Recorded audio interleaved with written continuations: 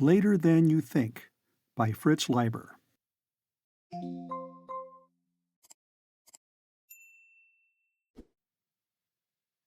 Obviously, the archaeologist's study belonged to an era vastly distant from today.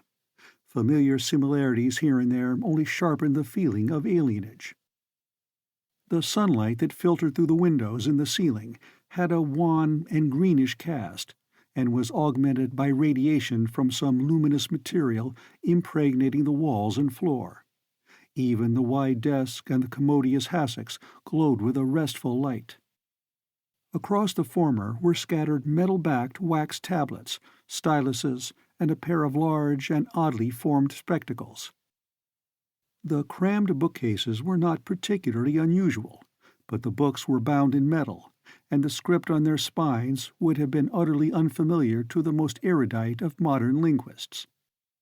One of the books, lying open on a hassock, showed leaves of a thin, flexible, rustless metal covered with luminous characters. Between the bookcases were phosphorescent oil paintings, mainly of sea bottoms, in somber greens and browns. Their style, neither wholly realistic nor abstract, would have baffled the historian of art. A blackboard with large colored crayons hinted equally at the schoolroom and the studio.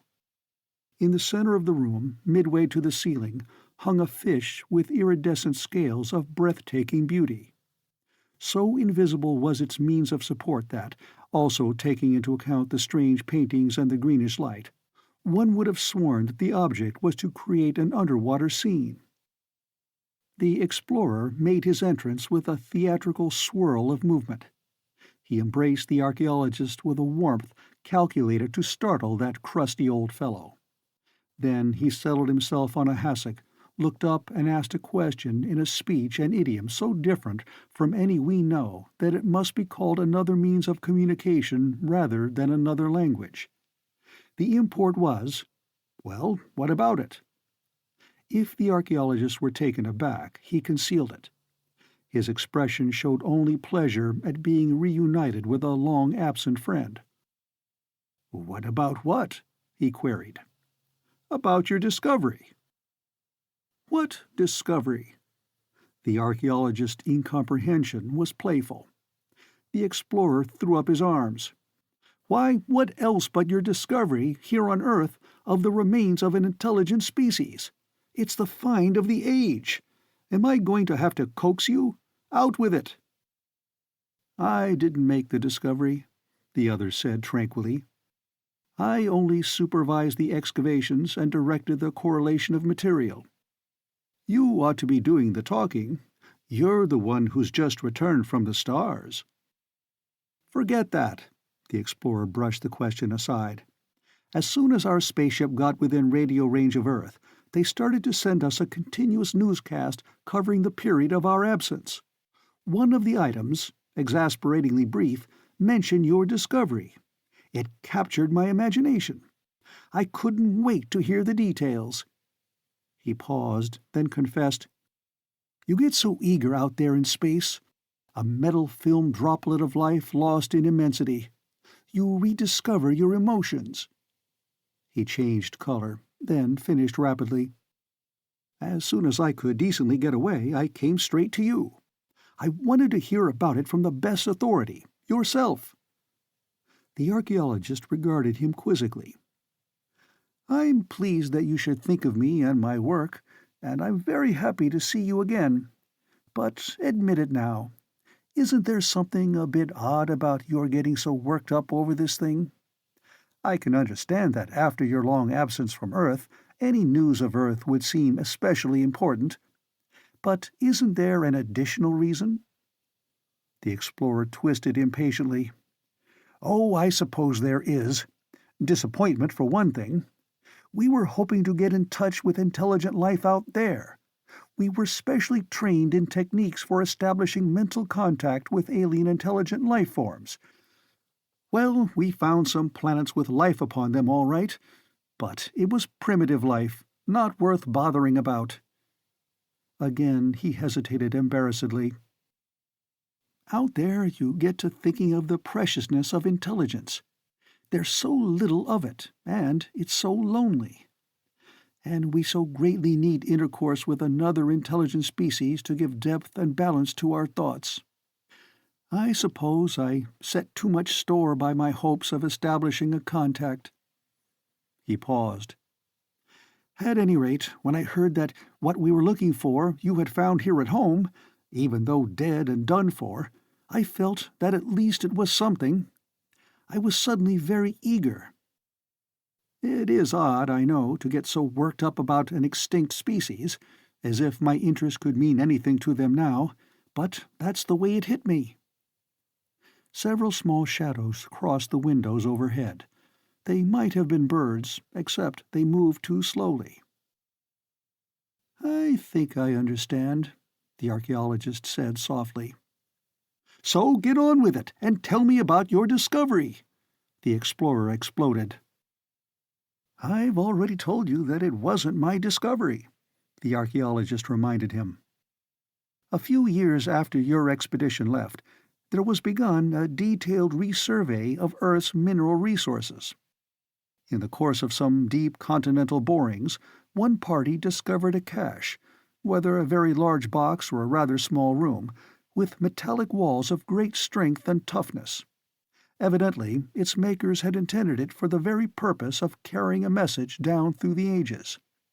It proved to contain artifacts, models of buildings, vehicles, and machines, objects of art, pictures, and books, hundreds of books, along with elaborate pictorial dictionaries for interpreting them. So now we even understand their languages." "Languages?" interrupted the explorer.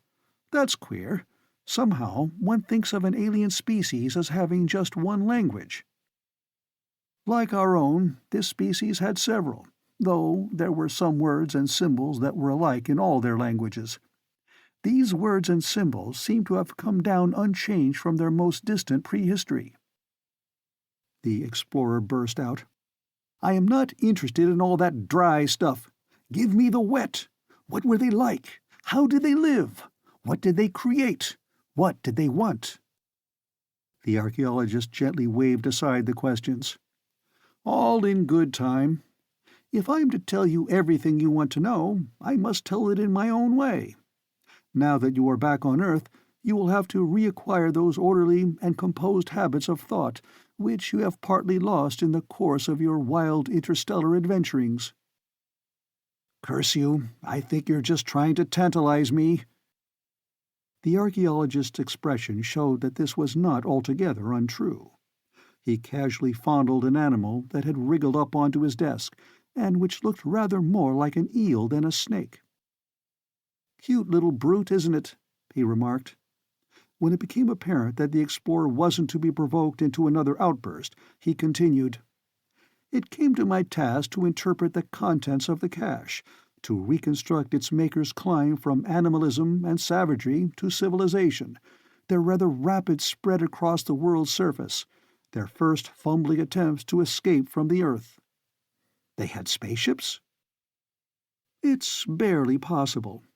I rather hope they did, since it would mean the chance of a survival elsewhere, though the negative results of your expedition rather lessen that."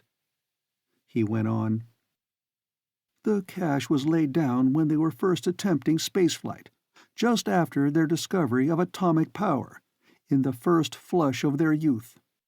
It was probably created in a kind of exuberant fancifulness, with no serious belief that it would ever serve the purpose for which it was intended." He looked at the explorer strangely. "If I am not mistaken, we have laid down similar caches." After a moment, the archaeologist continued, "My reconstruction of their history, subsequent to the laying down of the cache, has been largely hypothetical. I can only guess at the reasons for their decline and fall. Supplementary material has been very slow in coming in, though we are still making extensive excavations at widely separated points. Here are the last reports." He tossed the explorer a small metal leaf pamphlet. It flew with a curiously slow motion.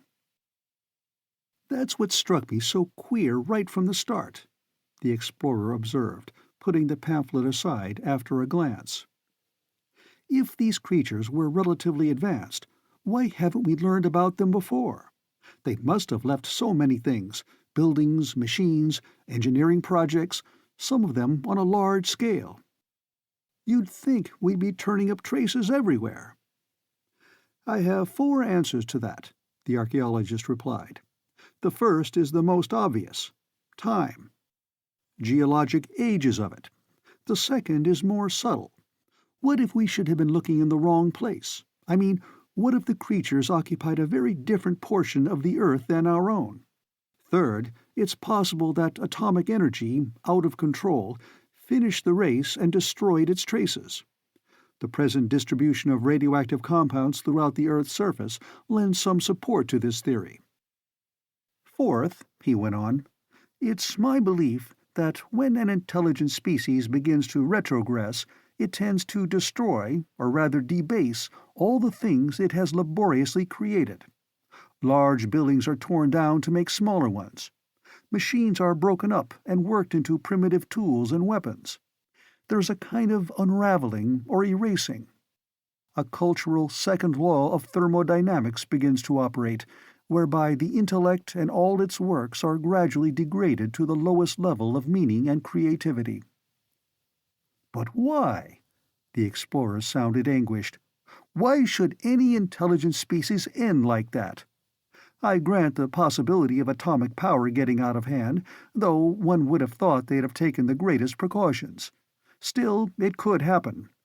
But that fourth answer, it's morbid. Cultures and civilizations die, said the archaeologist evenly. That has happened repeatedly in our own history. Why not species? An individual dies, and is there anything intrinsically more terrible in the death of a species than in the death of an individual? He paused. With respect to the members of this one species, I think that a certain temperamental instability hastened their end. Their appetites and emotions were not sufficiently subordinated to their understanding and to their sense of drama, their enjoyment of the comedy and tragedy of existence. They were impatient and easily incapacitated by frustration. They seemed to have been singularly guilty in their pleasures, behaving either like gloomy moralists or gluttons. Because of taboos and an overgrown possessiveness, he continued, each individual tended to limit his affection to a tiny family. In many cases, he focused his love on himself alone. They set great store by personal prestige, by the amassing of wealth and the exercise of power. Their notable capacity for thought and manipulative activity was expended on things rather than persons or feelings. Their technology outstripped their psychology. They skimped fatally when it came to hard thinking about the purpose of life and intellectual activity and the means for preserving them. Again the slow shadows drifted overhead. And finally, the archaeologist said, they were a strangely haunted species. They seem to have been obsessed by the notion that others, greater than themselves, had prospered before them and then died, leaving them to rebuild a civilization from ruins. It was from those others that they thought they derived the few words and symbols common to all their languages. Gods? Mused the explorer. The archaeologist shrugged. Who knows? The explorer turned away. His excitement had visibly evaporated, leaving behind a cold and miserable residue of feeling. I am not sure I want to hear much more about them, he said. They sound too much like us. Perhaps it was a mistake, my coming here. Pardon me, old friend, but out there in space, even our emotions become undisciplined. Everything becomes indescribably poignant. Moods are tempestuous. You shift in an instant from zenith to nadir. And remember, out there you can see both. I was very eager to hear about this lost species, he added in a sad voice. I thought I would feel a kind of fellowship with them across the eons. Instead, I touch only corpses. It reminds me of when, out in space, there looms up before your prow, faint in the starlight, a dead sun. They were a young race. They thought they were getting somewhere. They promised themselves an eternity of effort.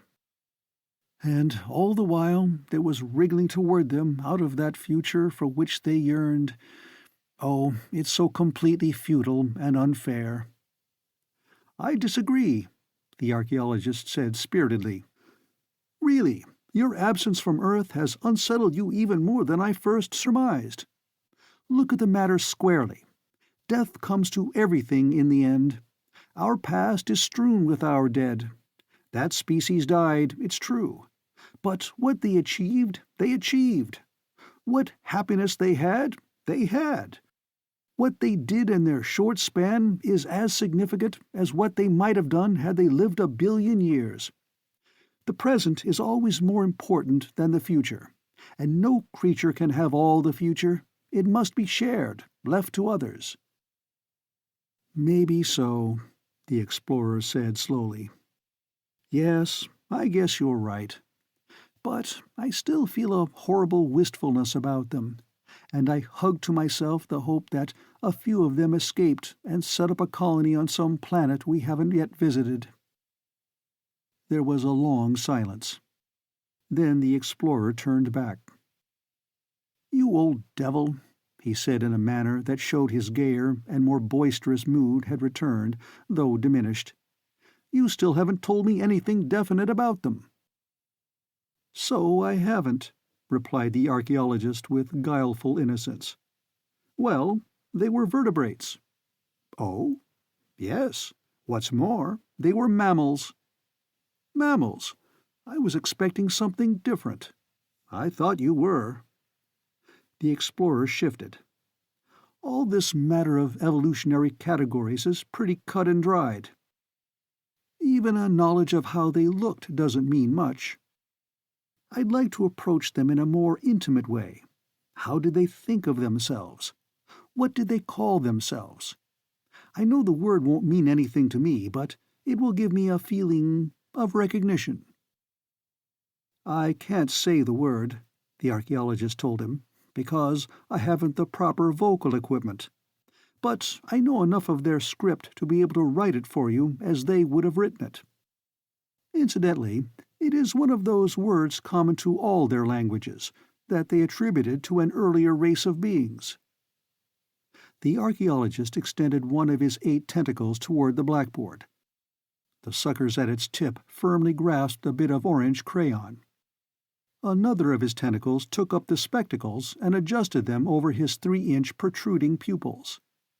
The eel-like glittering pet drifted back into the room and nosed curiously about the crayon as it traced rat.